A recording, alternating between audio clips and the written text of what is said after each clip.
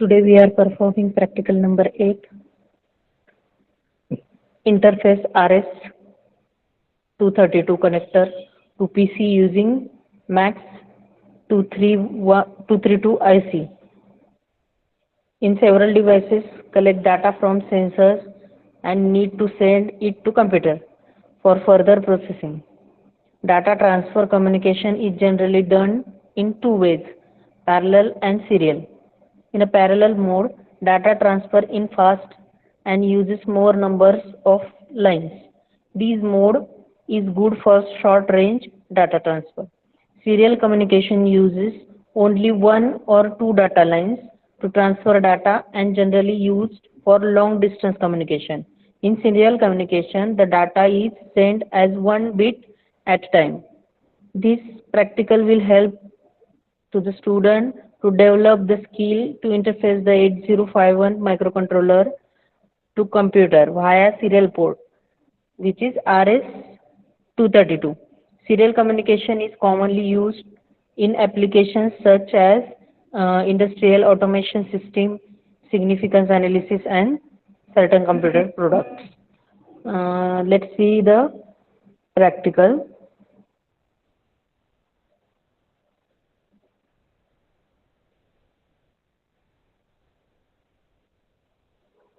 This is a circuit diagram. In this circuit diagram, first here is computer system which is connected to the USB RS-332 converter.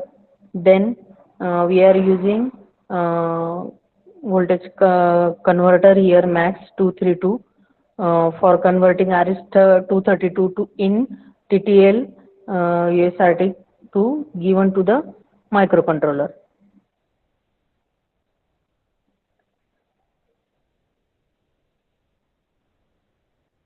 हा programme आहे आपण इथे use करणार आहे 8051 microcontroller use करतोय म्हणून register 51 use करतोय इथे void main void टी मोड 0x20 टायमर यूज करतोय 8 बिट टायमर यूज करतोय आपण इथे त्याच्यानंतर बॉड रेट सेट करायचा आहे तो आपण सेट करतो इथे 0xFAFA फॉर 4800 बॉड रेट त्याच्यानंतर आपण सिरियल कम्युनिकेशन जे आहे ते त्याच्यासाठी आपण एस्कॉन बिट घेतोय 0x50 त्याच्यानंतर आपण टायमर सेट करणार आहे तो सेट केल्यानंतर एस बिट एस बफ मध्ये आपण ए लेटर ट्रान्सफर करणार आहे तर हा जो प्रोग्राम आहे आपल्याला तो प्रॅक्टिकली परफॉर्म करायचा आहे त्याच्यासाठी आपण किल सॉफ्टवेअर यूज करणार आहे किल सॉफ्टवेअरमध्ये तो आपण परफॉर्म करणार आहोत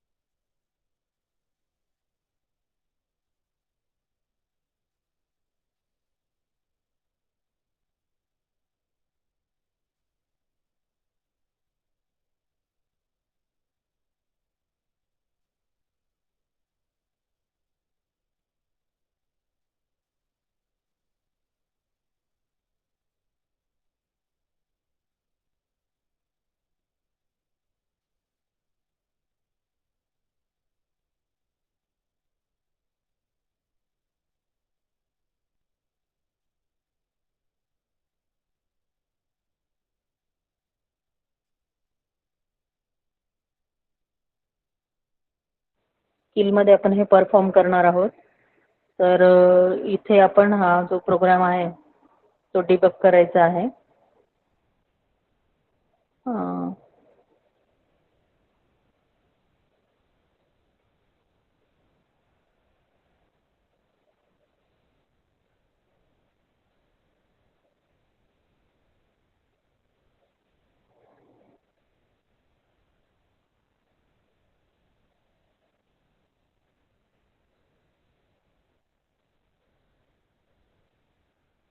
न्यू प्रोजेक्ट घेऊया आणि न्यू प्रोजेक्टमध्ये हा प्रोग्राम आपण टाकणार आहोत. न्यू प्रोजेक्टला नाव देऊ काहीतरी.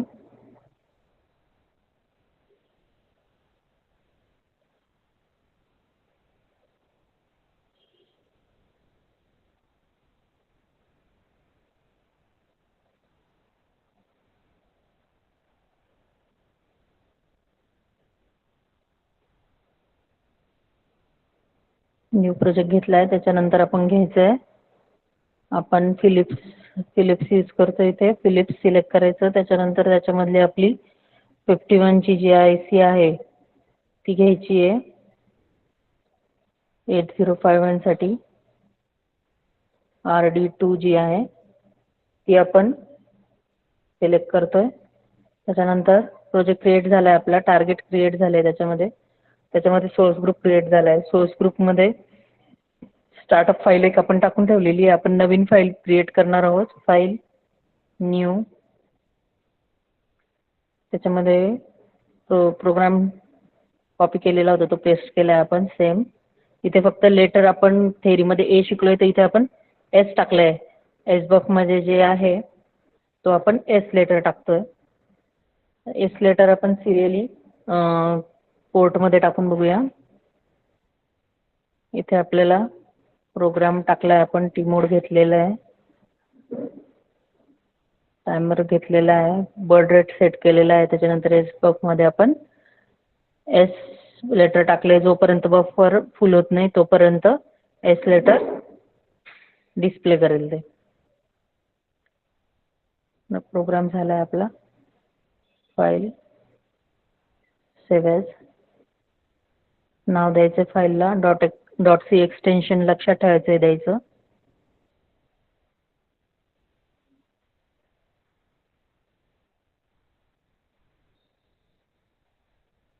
.c save. त्याच्यानंतर सोर्स ग्रुपमध्ये ॲड फाईल करायचं आहे. Source group add file, same जे आपण फाईलला नाव दिलं होतं ते सिलेक्ट करायचं, ॲड म्हणायचं आणि क्लोज करायचं.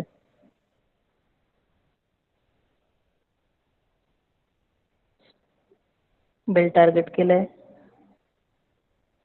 0 एरर 0 वॉर्निंग चेक करायचं आहे. त्याच्यानंतर डिबग करतोय आपण, प्रोग्राम डिबग करतोय. प्रोग्राम डिबग केलाय हा. याच्यानंतर आपल्याला घ्यायचं आहे आता सिरियल पोर्ट सिलेक्ट करायचं आहे आपल्याला.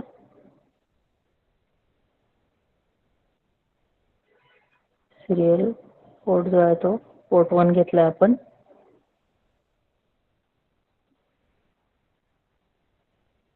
हे बघा एस लेटर हे त्याच्यावर डिस्प्ले होत आहे. ठीक आहे. अशा प्रकारे आपण हा प्रोग्राम परफॉर्म केला.